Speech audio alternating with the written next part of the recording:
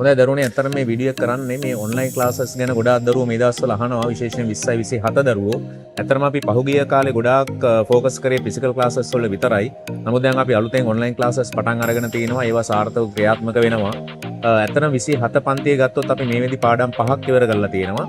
ඒතකොට ජනවාරි මාසේ අලුතෙන් සම්බන්ධන දරුවෝ ඉන්නවනම් අපි වර්ග සමීකරණ කියන ඒකකේ තමයි ආරම්භ කරන්නේ. එතන ඉඳලා ඔයගලන්ට ජොයින් වෙන්න පුළුවන්.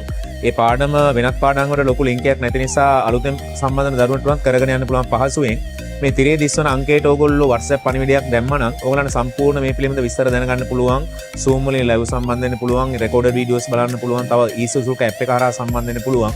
ඒ තොරතුරු ඔක්කොම දැනගන්න පුළුවන් ඕගලන්ට. ඒ වගේම අලුතෙන් සම්බන්ධ වෙන ලංකාව පුරා ඉන්න ඕනෑම දරුවෙක්ට අපේ සියලු මාසික පරීක්ෂණයේ සියලු වැඩසටහන් වල එකතු වන අතර පහුගිය පාඩම් ටික කවර් කරගන්නත් ඕගලන්ට නැවත අවස්ථාවක් ෆ්‍රී හදලා දෙන්න අපි සැලසුමක් හදලා තිනවා.